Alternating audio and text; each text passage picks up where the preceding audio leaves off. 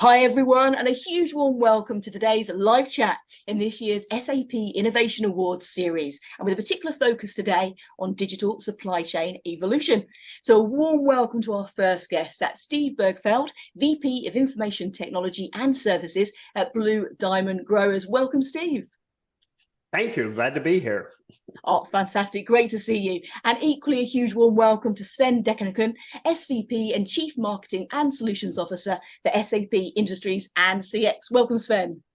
Sally, thanks for having me. Oh, an absolute pleasure. Thank you so much.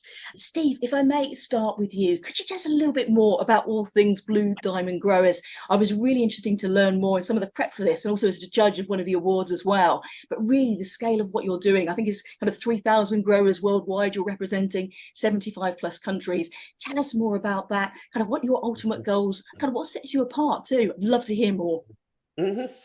Yeah, like you mentioned, Blue Diamond is the largest almond processor and marketer in the world. So, a co-op of over 3,000 growers, 1,800 employees, shipping to over 75 countries, like you said. Our main product lines are our branded snack nuts, our Almond Breeze almond milk, and our nut thins. And then we have another line of business that's the global ingredients that provides our almonds to other CPG manufacturers. So from our perspective, our mission is really to maximize the return to our growers. They trust us with their almonds. It's up to us to go deliver them accordingly. So a lot of focus on quality, integrity, and innovation. And that innovation also applies to the technology we use to enable that. So a lot of opportunities, a lot of challenges, but again, we're in it for the growers and our customers. Love that, absolutely. And the power of the ecosystem, I think, is so important around this too. And how would you say, in terms of your corporate business objectives, how they're aligning with these evolving needs of your growers and customers too? What's been the biggest change there? Yeah, it's really just, again, maximizing that return, like I said. So from our perspective, we receive the almonds from our growers. So trying to get a better forecast accuracy from what almonds, what varieties are going to be coming in. And then where is that demand across the world? So better balance across. So really that focus, the supply chain is a critical component for our company. So really a lot of challenges there and a lot of focus on that side of things. Right? Absolutely brilliant. Thank you so much. And Sven, I'd love to bring you in at this point as well. And reflecting on some of the points that Steve has made there. From your take, how are you seeing it? Obviously, this imperative to embrace digital transformation, supply chain being right up there in that prioritization. But when you get particularly to industry-specific processes, what are you seeing there in terms of that imperative? And what are the key contexts and challenges you're seeing too? Yeah. So first of all, and that's what I loved how Stephen is solving it is he really captured the digital transformation as a journey, because it is a journey. It's not an end destination. There are things changing, and we're going to talk a little bit about the disruption, because I happen to believe supply chain changed from demand driven to constraint driven.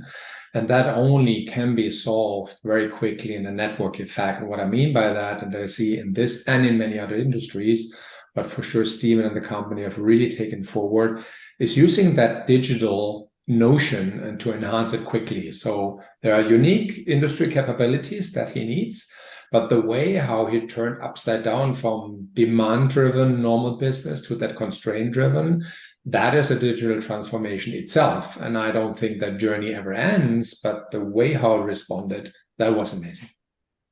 Absolutely. Never once and done, is it? I couldn't agree more. So important to bring that to the fore. And also the challenges that have driven forward and catalyzed this digitalization as well. I'd love to bring in Steve here to sort of really drill into the factors that drove you towards this digitalization of supply chain. And I think what you said there, Sven, about constraints really brought that to the fore, because such an evolution, not just beyond some of the traditional things that you might be experiencing, particularly in your area, Steve, whether that's weather constraints or something like wildfire or drought or something like that, but the fluctuations you experience, particularly with COVID and the implications beyond around supply and demand, changing expectations, fragility of supply chains, you could go on, but I'd love to drill into what you were experiencing there and bring that to life for the audience.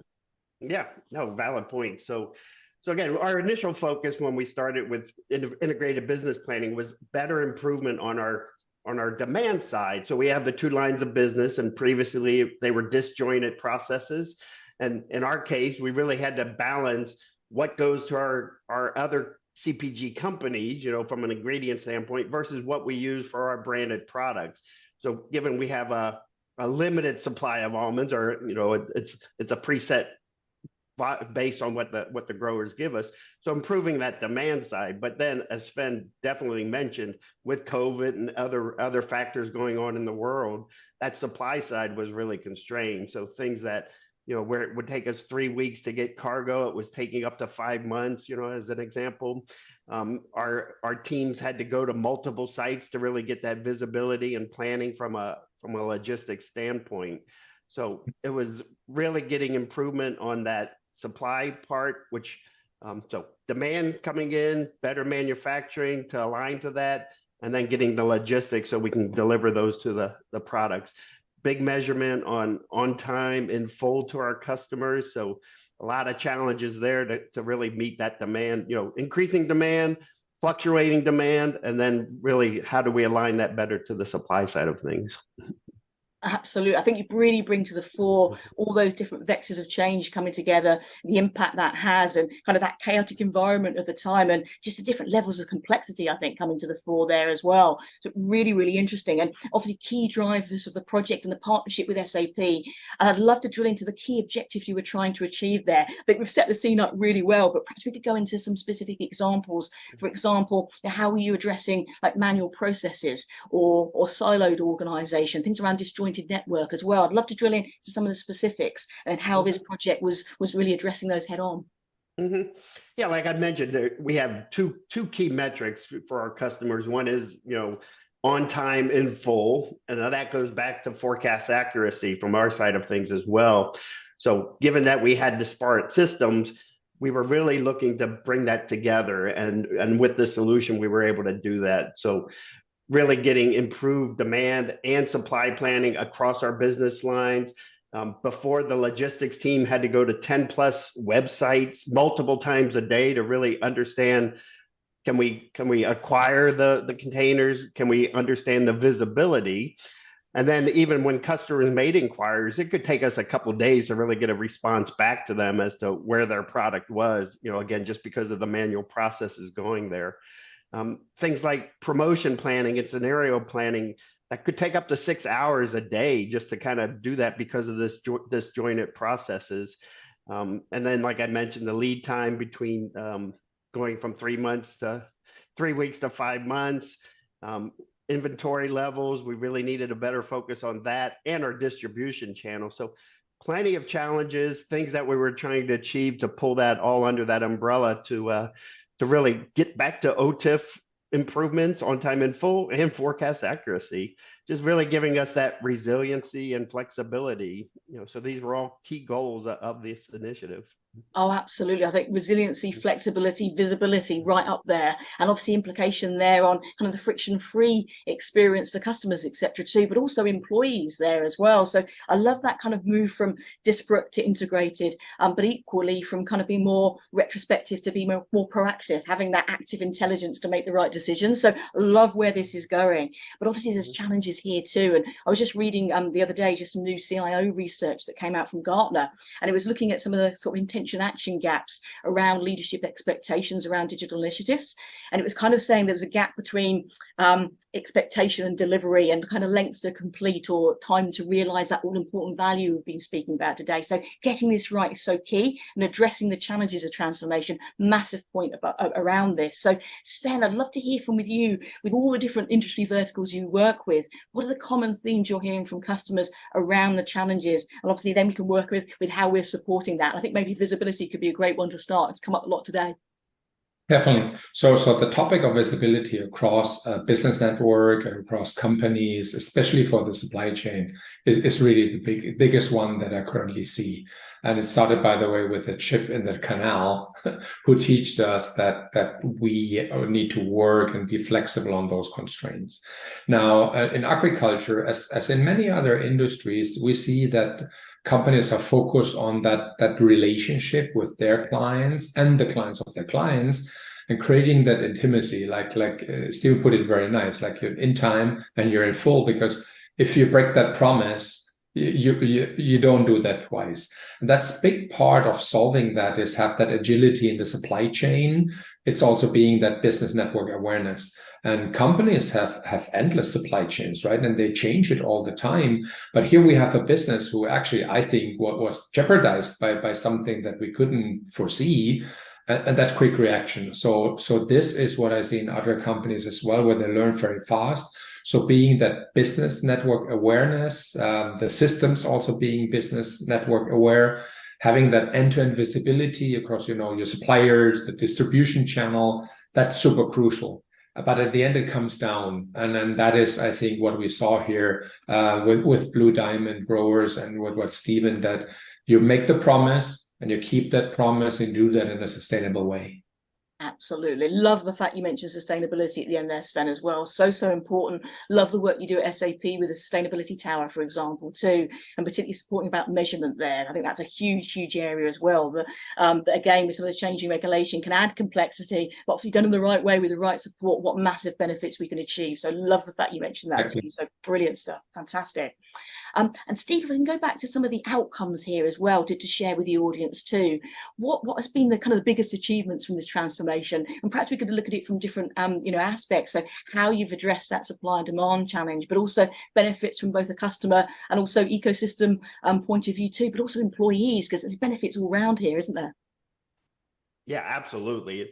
And again, from our standpoint, it was that whole SAP ecosystem. So everything from the integrated business planning to the logistics business network and transportation management, even to the business network for our suppliers with the supply chain collaboration, all that with analytics cloud layer on top of it. So we've got good analytics and reporting from that side. So it was the whole transformation that was all key there. And again, everything from the demand and supply planning. So having that one unified plan across from demand supply that then feeds our manufacturing and our logistics teams to making sure they can do their portions properly. The scenario planning I mentioned that would take 6 hours, we were able to reduce that to 20 minutes just by, again, having this consolidated data. For our logistics team, having that centralized location for securing freight and getting the visibility.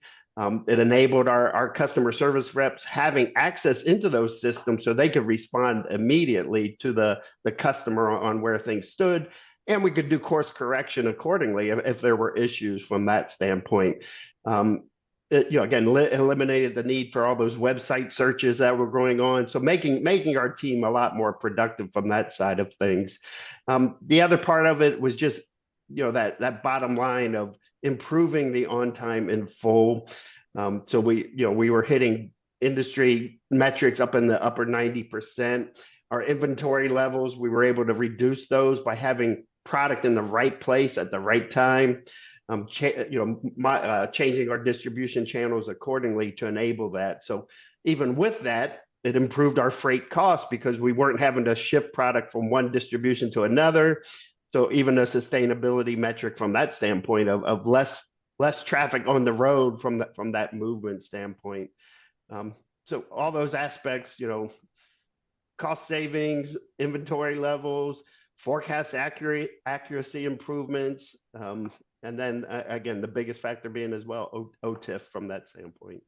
Oh, absolutely. And also the people benefits there as well, kind of freeing up time for kind of higher order work, taking away some of that burden and overload, for example, too. So love that. So many multiple benefits there. And I was going to ask you a little bit more about the partnership with SAP, and you kind of gave a number one possibly answer there with that power and strength of ecosystem. But I wonder if we could just mention a couple of other things that really led Blue Diamond Growers to kind of cement that relationship.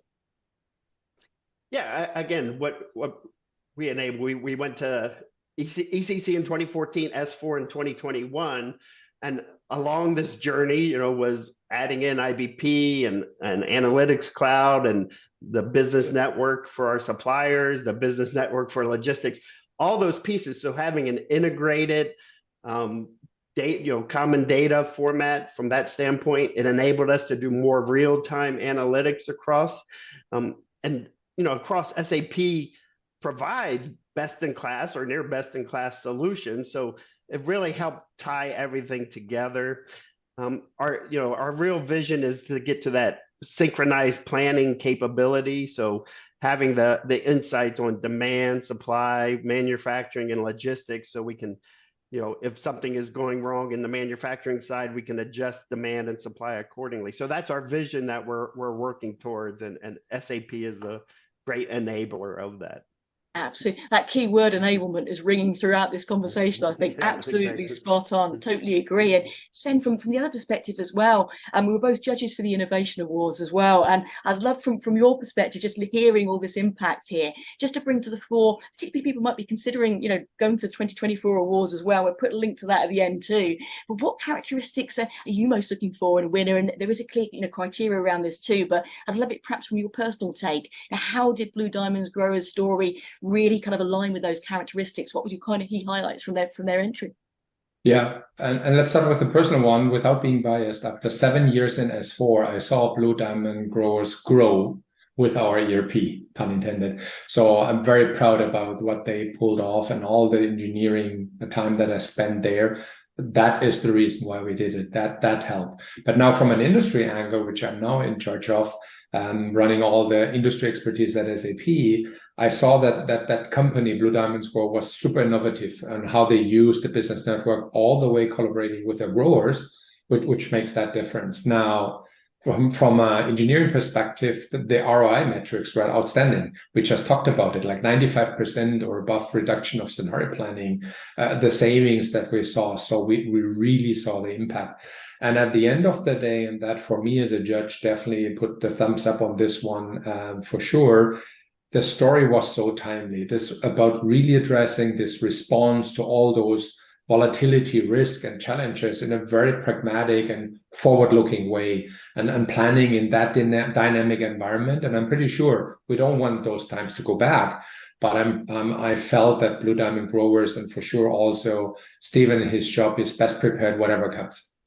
Love that. And thank you for sharing that, both from that industry perspective and also the personal one as well. I think that's really powerful. Thank you, Sven. Really appreciate it. And kind of rather than looking back at the award, let's look forward now as well to kind of plans for the future, where this foundation has kind of set you up, Steve, for what's next. I'd love to kind of just spend a few minutes on your plans for kind of what's next, and also how technology and the partnership we've been talking about today is going to help enable that journey, basically. Mm-hmm. Yeah, so as I mentioned, I mean, this vision of the synchronized planning capability. So most recently, we've enabled SAC planning capability for FP&A from that. So now we're pulling in some of that financial data associated with the inventory and demand data as well. So that combination. And then we'll start extending further into the manufacturing side with finite scheduling and our plant and SAP plant maintenance. So that's on the near-term roadmap. We're going to enable more from a sustainability standpoint. So really pulling in the control tower, so we've got better metrics, to guide what we're providing to the growers as well. And I think the big piece is leveraging the AI ML, from not only what SAP is and will be providing, but a layer on top of the SAP ecosystem to kind of bring in better metrics from that side of things. So we see plenty of opportunity in the planning side and in the manufacturing side to leverage AI and ML going forward. Love it. Absolutely. I saw only this morning actually about a new partnership you have. I think it was with Brightseed Bio, I think off the top of my head, but that was exactly that, using AI to, for example, look at the hidden benefits, the under the surface benefits, if you will, around almonds, and particularly around some of the bioactive compounds within. So I love the work you're going into there. Again, from a wellness point of view, immunity, metabolic health even. I think so much to come there. So the pathway looks fantastic. I love that around health innovation, Steve. Thank you. So yeah. Perhaps, I know we're kind of coming to the end of our discussion time today. Perhaps as a way to kind of wrap this up, I'd love to hear from you again, Steve, just to kind of say what this has meant to you. I think the SAP community is fabulous, been involved for so many years, and there's so much kind of benefit of being part of this ecosystem. But for the SAP Innovation Awards community in particular, what has that meant for you at Blue Diamond Growers, and kind of what impact has this had for you overall? I'd like some final thoughts on that, if I may. Mm-hmm. Oh, again, a great honor to be recognized by SAP, and it really just exemplified the strong partnership we had with our business to enable this within the IT and just the business in general, as well as that partnership in SAP, given their ecosystem. It really helped us create an intelligent, data-driven cooperative to maximize the value to our growers. So again, this just was a reiteration of all that hard work we've done and the journey we've taken. And again, the journey doesn't end, but we know we've got a super foundation to kind of build upon going forward. Amazing. Absolutely love that. And Sven, if I could have a final comment from you on this journey, or maybe even just maybe in a minute, if somebody's looking at this now thinking, oh, do I want to be part of this next year? Maybe a top tip or a takeaway about the why, because I think Steve's story really exemplifies the power of being part of this. Yeah, first of all, Stephen has set the bar with his company very high for the next winners, but definitely going to be in the Hall of Fame, because that time that happened and the way they did, that was amazing. And I think that is also where the community now coming closer together. And yeah, good challenge to have for the next winners, because we always going to look at why we did and why we chose. And definitely, Stephen, thanks again also for the partnership there and really getting the best out of our offerings. Fantastic.